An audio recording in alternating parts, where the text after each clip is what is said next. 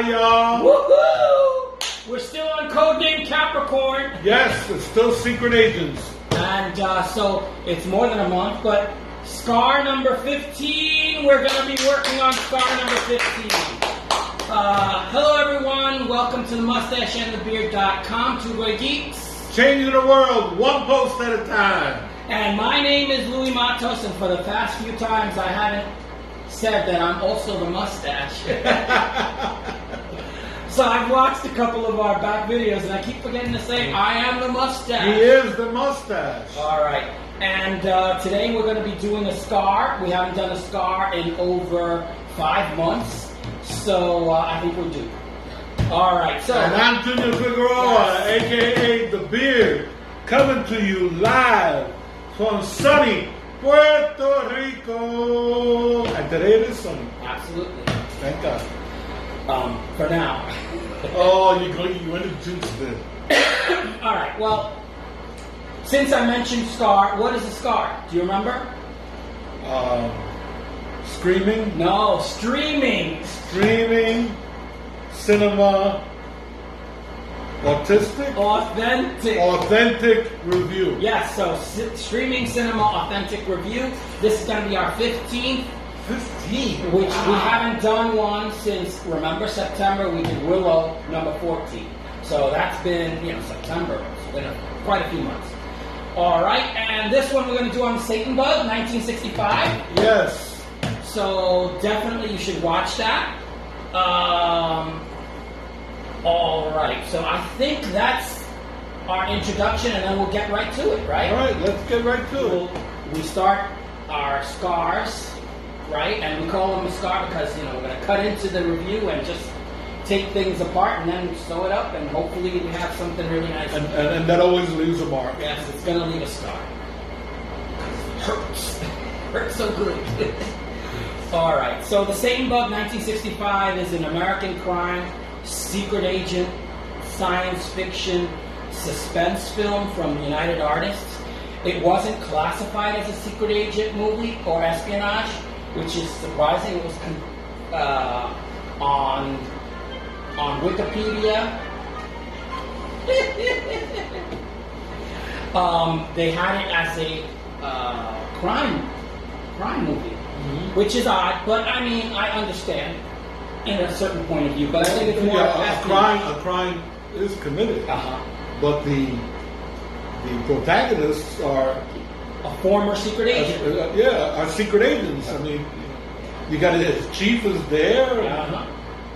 All right, so it's directed by John Sturges. Yes. Which is from Bad Day at Black Rock, Gunfight at OK Corral, and I know you're dying to say The Magnificent Seven. Right, and then of course The Great Escape and Ice Station Zebra. All of these are, some of his better movies.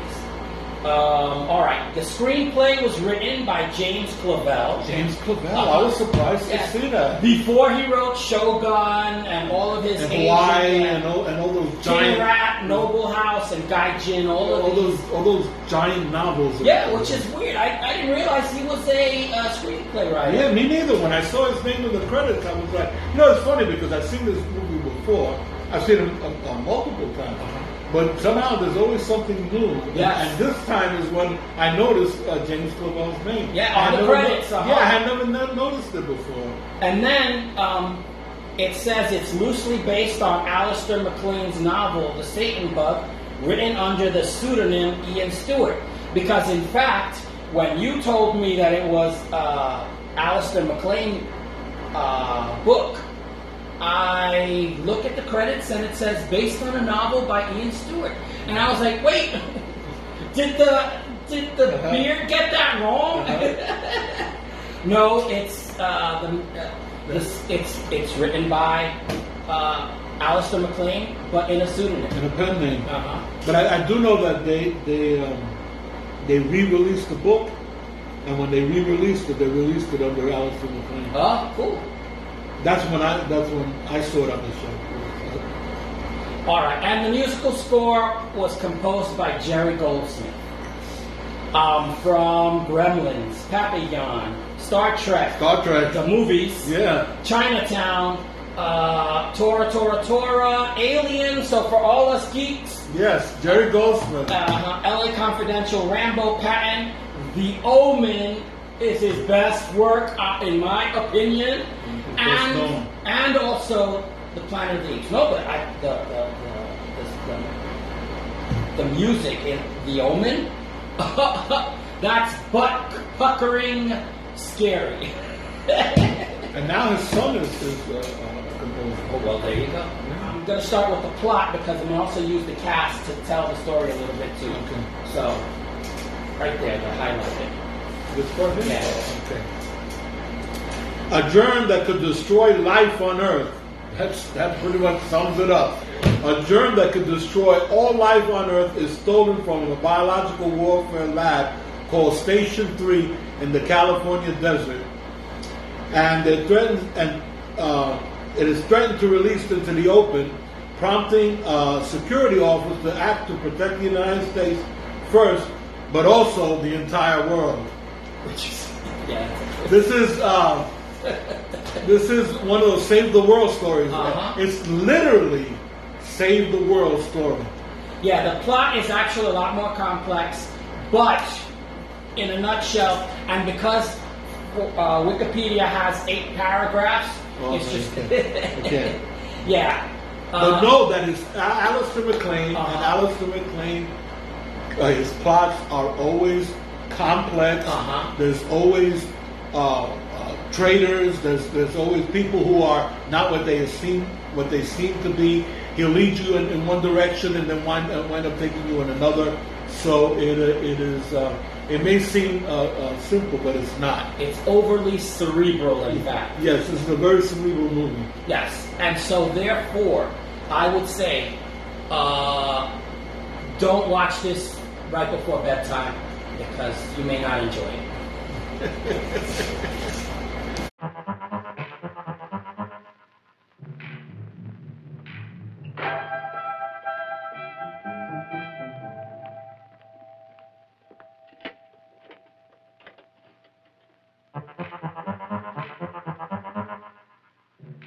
I'm George Maharis, and this is the Satan bug. It's kept in there, beyond those doors. But you can't get in. It's top secret. The Satan bug is kept under the tightest security system ever devised. That door operates on a time lock. Open it 1 second before you should, and 1,000 volts of electricity will greet you. Try to get over these electrified fences, and trained killer dogs will go after you. Try to get through that front gate. You can't. Unless your life's history is on file in that guardhouse. Yes, the Satan bug is top secret. It's no secret, however, that I think the Satan bug is one of the most suspenseful and exciting pictures I've ever seen. But don't take my word for it. You see it.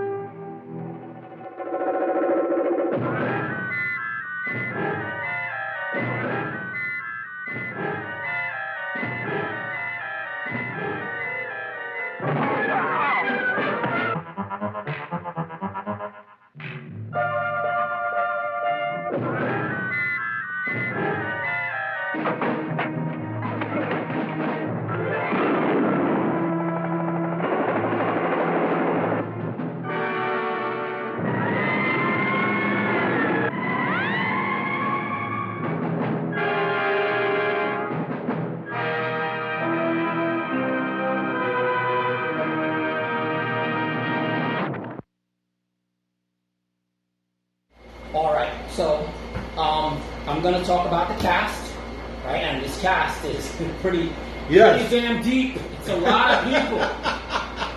It's an all-star cast before there were stars.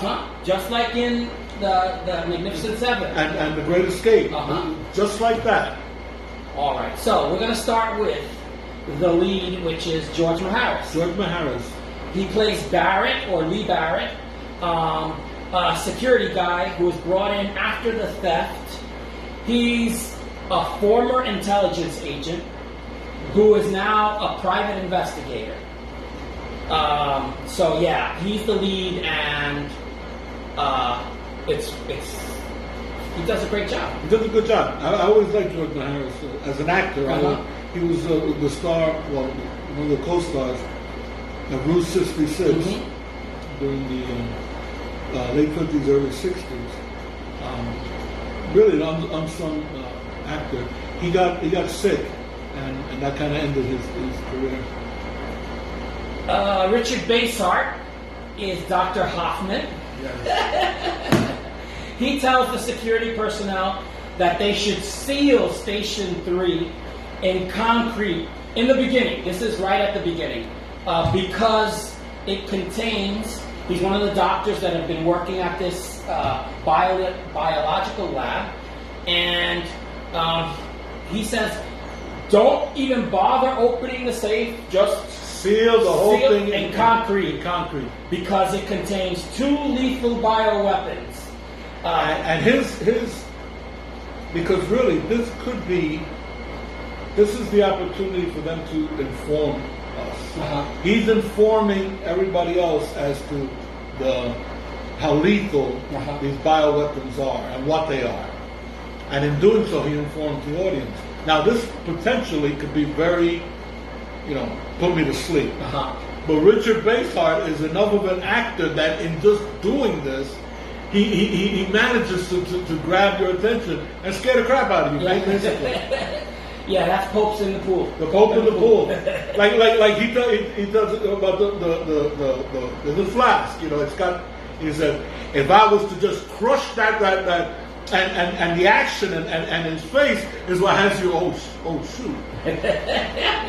And yeah, talk about butt puckering. All right, so he says botulinus would burn out in 8 hours. In 8 hours, it oxidizes in 8 hours. So so that's not the really bad one. The really bad one is an 8-hour is a virus called the Satan bug. The Satan bug. I mean, could they have named it anything worse? And it could kill all life on the planet in a matter of months. So 2 months. So immediately, my logic brain says, why did you keep it? I mean, why did you make this? If it would wipe out the entire Earth, yes. What's the point of using that as a weapon? Because it doesn't stop at the border. It doesn't stop at the water. No, it doesn't pick and choose its targets. And he says the thing is that kills me. He says all life, meaning even animal life, birds, everything. All life would cease to exist within 2 months. Global. Why keep it? So part of his discussion is, seal it, don't even bother. And George Maharis's character says, wait, but we don't know if, what's going on. We don't know if it was stolen. We don't know if it's still in there. We got to know if it's still in there. So, determined to discover what happened in the room, Barrett volunteers to investigate if there has been a disaster. So he puts on the clean suit to go in. As soon as the locking mechanism, which is on a timer, opens, and he tells Lee, I forgot the name of it tells Kavanaugh, right? It's Lee. It's in there. Kavanaugh. He says, it's Eric. He goes, Eric, Have you got your gun? Yeah. And he goes, yeah. And he pulls it out. So he goes, if I come out and the rat that I'm carrying dies, is dead, I don't know what I'm going to do because I'm going to probably panic. So you have to shoot me. And he goes, I'll shoot you, right? Lee, I'll shoot you. He goes, yeah, I'm counting on it. Yeah, it doesn't matter. We're friends. It don't matter. I'm going to kill you. I'll shoot you. Yeah. So he investigates. The disaster is that all of the flags, the botulinus and the Satan bug, are gone. Yeah. That's the disaster. They're stolen. But the the guy, the Baxter, was killed by the botulitis. It's been 8 hours. It has oxidized. There's no danger. But he forgets when he comes out. Barry forgets and almost gets shot. He almost gets shot anyway. Because he left the rat inside. Because he's like, no. His friend is right about the truck. He's going, no. The flasks are gone. So that's the beginning of the story, and it's a good way to start. Yeah. The pacing though is a little off, which is one of my little pet peeves. Anyway, Dana Andrews is in this. He is the general who has assigned his own daughter, Anne Francis, which I just knew. Anne Francis, Forbidden Planet. Yes, Forbidden. Immediately I see her and I'm like, oh, Forbidden Planet. And Jerry Lewis in Hook, Line, and Sinker. She was in that movie too. And so a host of other movies, but those that immediately. And on TV, she played Honey West. Honey West on TV. Yeah, so you're gonna have a lot of familiar faces in this movie. Yes. Again, like you said, before they were stars. Yeah, Ed Asner, John Anderson. John Larkin is Michelson. Yeah. Richard Bull is Kavanaugh. That's the guy that almost shoots him. Frank Sutton is Donald. That was the sergeant from Gomer Pyle. Ed Asner is Veretti. Blue Brain. Yeah, bad guy. Simon Oakland is Tasserly. I mean, I love these actors. You may not remember their names, but when you see them, you're like, oh yeah! Yeah, I remember him. John Anderson is Reagan. James Hong is Yang. I mean, he just plays a little piece. He's got like 2 lines. Harold Gould is Dr. Oster. James Doohan is Scotty is in this movie. 1 year before Star Trek, before he plays his iconic role of Montgomery Scotty Scott, Chief Engineer of the Starship Enterprise. And you know I was grooving on that. So that's the cast. And there are others that are familiar faces. And some that weren't even in the credits. Yeah, correct. So, which I'm going to leave that for trivia. There's a paradigm shift in this movie that I wanted to show you, because this, I think, definitely should be included in I Can't Be There Yet. Yeah, I think so too. The paradigm shift is the first time it was invented for this movie. Stabilized camera mount on a helicopter, so that you can, because the helicopter is swirling around in the climax to the movie. So they needed to show the stuff that's going on inside. We probably get in this movie, I mean, I could be wrong, but we probably get the first fight in a helicopter while the helicopter is flying. I think so too, yeah. Now since then, just recently Inspector with Daniel Craig. But I think this is the first, and it's well done too, and it's an exciting fight. It's the climax. Yeah, it's right at the end of the movie. So, I mean, of course, it has to be. And, the cam was used also for the aerial shots that we're so accustomed to nowadays. Right. This is like the first time you're getting these great aerial shots of cars on that is country roads. Steady. Because before, you would have had somebody holding the camera, and it's like the movement of the helicopter is, So, this is the first time. So, important to note. Helicopter fight, car chases, the car in the desert, that whole, it's kind of like 3-card Monty in the desert. Yes. So, I mean, definitely, this movie has its action sequences. It's just sometimes it goes overboard on the talking part, and so therefore it's a little uneven in that respect. It's a very cerebral movie. You said it. Okay, trivia. Yes, trivia. Right. Well, one other thing I wanted to mention, there were a lot of actors who were uncredited, like Lee Remick. Lee Remick appears in the movie, and there is no mention in the credits. And it's funny, all she does is bring him the phone. I mean, tells him, oh, you have a phone call. And so he gets up and goes to get the phone. I mean, he's in the club, and it's beautifully remit. But you know, I mean, from an actor's point of view, John Sturges makes a movie with all these characters, right? And they go on to become stars. You know, it happened in Magnificent Seven, it happened in The Great Escape. So, of course, if I'm an actor, would you like to be? John Sturges, yes. It's just a walk-on role. Yeah, no, I'll do it. There's a touch of gold with that guy. All right, so Sturges. Okay, another thing. Sturges wanted a gigantic climax, which he still got, but he wanted on the Los Angeles freeway that there be a huge pileup. But he was refused permission by the mayor of Los Angeles, Sam Yorty, who was afraid it would paint LA in a bad light. All right. Yeah, because the fight scene in the helicopter, of a helicopter going like this, that's not painting Los Angeles in a bad light. It's just, and all the stuff that and they brought the stadium. I know, right? And I'm thinking to myself, you know, they could have had the fight in the Dodger Stadium. I mean, could have been there.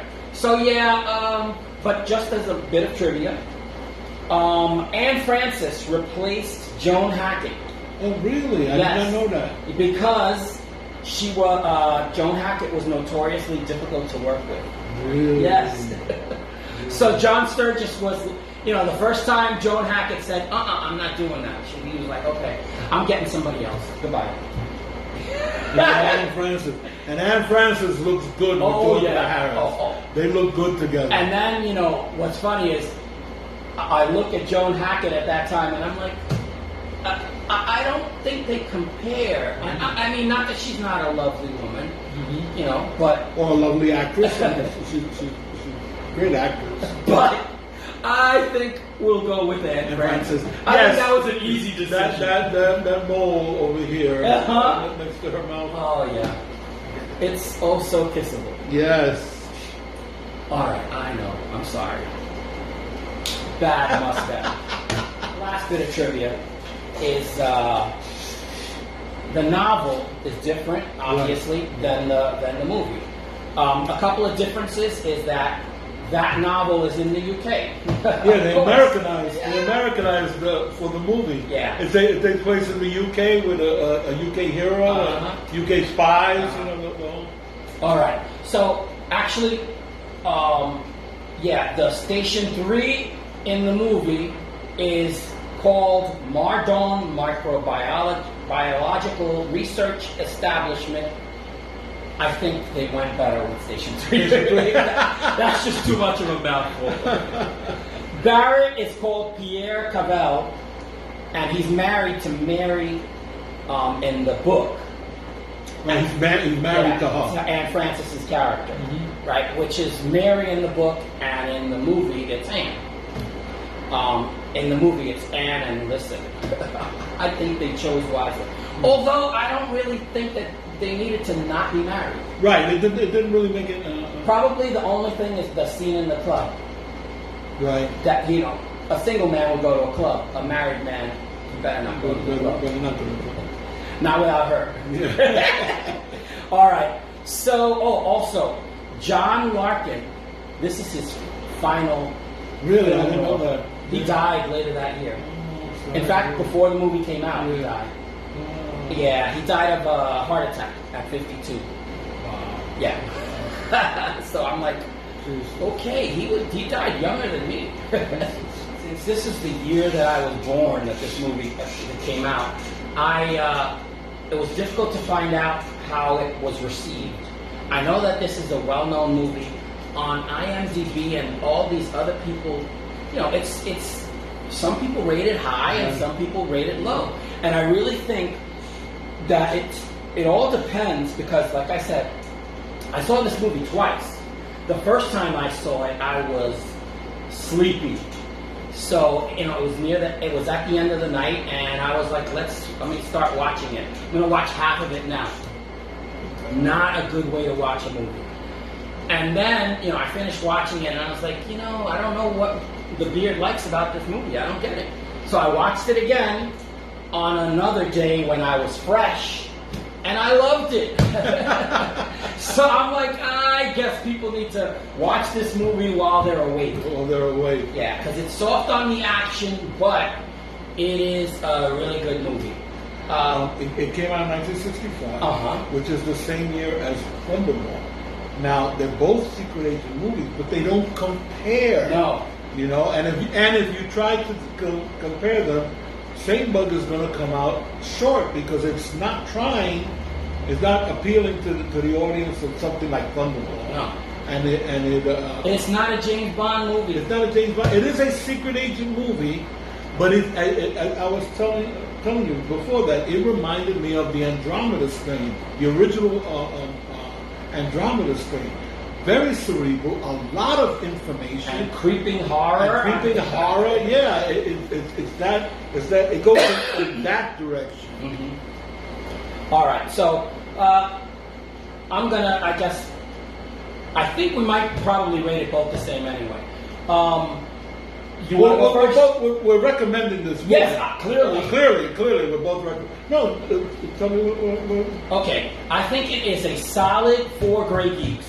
If you watch it while you are awake, don't watch it again because of the fact that you have to think, and there are plot twists. Yes. I mean, somebody that's introduced as a doctor is a double agent. Yeah, this is Alistair McLean. Uh-huh. He does this all the time. There's going to be a traitor. There's going to be a traitor. Somebody that you think is a good guy is going to turn out to be a bad guy. There's all kinds of that's an Alistair McLean movie. Mm-hmm. Breakheart Pass, Guns of Navarone, Where Eagles Dare, I Station Zebra. They're all not that they're all the same, no. But this is part of his style. Yeah. So there are isms that are his, and so I say 4 Grey Geeks. What say you, the beard? I would recommend it. I'm giving it 4.5 Grey Geeks, but I have the same. I have the same criticism you do. The pacing is a little bit off, and I'm not sure why. My problem is I'm not sure how I would have fixed it. I like when I criticize something. I like saying, okay, if you had done it this way, it would have been better. I don't know how I would have fixed it. But you're right. There is a little. The pacing is a little bit. I think the beginning is where they needed to fix it because it could have started somewhere with more action. The problem is the movie begins with people leaving work. Is leaving the research facility, and there's a lot of. See ya, have a good night. Oh, are you staying tonight? I think they could have, if they had made it creepier, that the beginning, maybe it should have been darker. Because they're leaving for home. For home. The end of the but day. It still seems like daytime. Uh-huh. Maybe 5 o'clock in the afternoon, and the sun has. If it had been darker, creepier, because that interior set is creepy. Yeah, no, it's cool. The section 3 inside, outside it don't look like shit. But inside, maybe if they had gone for. Cause I tell you one thing that I did find creepy. When John Anderson as Reagan goes back inside, and the guy is on the bad guy is on the crate behind him, like this. Yeah. And then they that was kind of creepy. The way you're like, oh shit, he doesn't know that he's there. They should have jazzed up the creep factor. Listen, it's isolated, so they wanted to give you the outside, showing the desert, and there's fences, and it's like, I don't know, I don't really think that. And I think that nothing crazy about the way they introduced Lee Barrett. Yeah, no, that was a cheat. It's kind of like a cheat because they're like, we're giving you money to do this, and he's like, thank you for the money. Get the hell out. And they're like testing him. It's like, it's. But you know, that's straight out of the book. It's stupid. They do the actual, Really? the same thing in the book. Okay, so. So that was Alistair McLean. Yeah, but what works in a book is not going to work on cinema. We know this. All right, so 4 great geeks. You say 4.5 great geeks. Okay, and as it should be, we end with 4.5 great geeks. Now we've come to the end of our video. End of our video. That's our take on the Satan bug. Watch it. You can get it. You can see it free on YouTube HD. Really good copy. A really good copy HD on YouTube. It is worth the watch. Only I agree with the Mustache. Watch it in the afternoon. Watch it early evening. And there's a trailer there with George Maharis that I think is really cool. I like the way that he promotes the movie. Yes, I agree. So please watch this movie. You won't be disappointed. All right, and so we've come to the end of the video. Yeah, I have something. I usually ask you for a wise missive or a gray and bearded one. I have something that I would like to say. I have something I want to say. Because he hasn't said enough. I want to say to Lance. Oh, again. Okay. Actually, I want to say something to our followers and our fans about Lance. Lance, the obscure movie guy. OMG, Lance OMG. He has videos on YouTube. His thing is that he talks about movies that people are not watching but should be watching, which I think is really cool. And I've watched his videos, and let me tell you something. He's very articulate, very knowledgeable. His presentation is well thought out. It is enjoyable. Watching his videos, if you're a movie fan, if you're not a movie fan, it's enjoyable to watch him. He's good at what he does. So I'd like to take this opportunity to promote his videos. Now I want to say to Lance, buddy, I love you, guy. Seriously.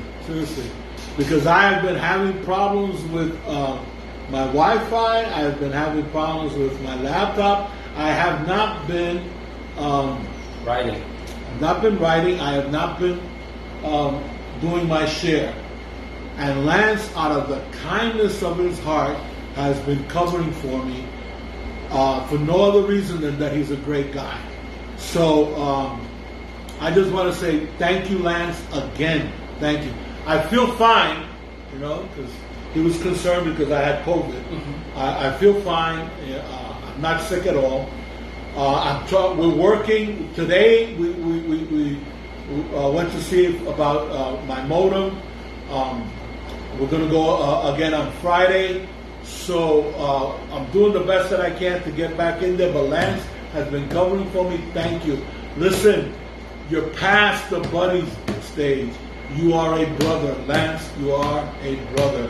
Thank you. Thank you very much.